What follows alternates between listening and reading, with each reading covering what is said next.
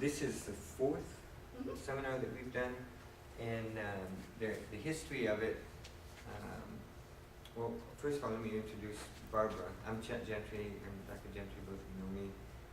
Barbara McGinnis is a former nurse practitioner, still a nurse practitioner, and also now a lawyer, and she works for Tim Takis. It's an elder law attorney, and that law firm has been a pioneer not only in Tennessee but in this country with elder law practice dealing with end-of-life planning, estate issues, making, and she'll tell you a little bit more about it. But my mom is a nurse and used to work with this company, and she's been retired, but even without my mom's involvement, I would see Tim Takis' name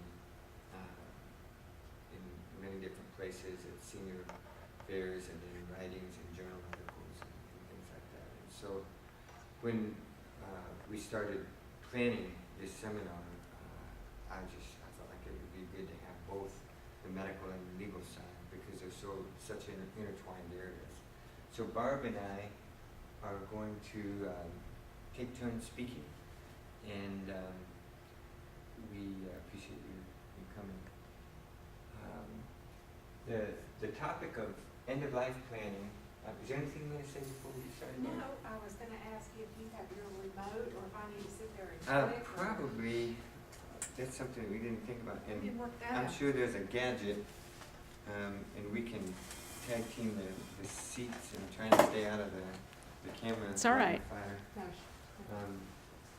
So, the topic of end-of-life planning is important. I'm gonna let Barb. Well, why do you need to plan? I mean, other than Dr. Gentry invited you here today, why is it important that we start planning for our end of life? And it's because we're all going to have one. You know, we are all going to have an end of life experience.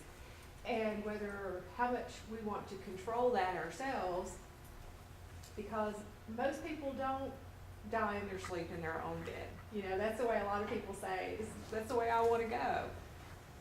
Well, sometimes we have control over those things and sometimes we don't. But it is still important to exercise autonomy and control. It's some of the principles that we value the most in this country and in our society. It's definitely highly prized. You want to stay in control as long as possible and independent, right?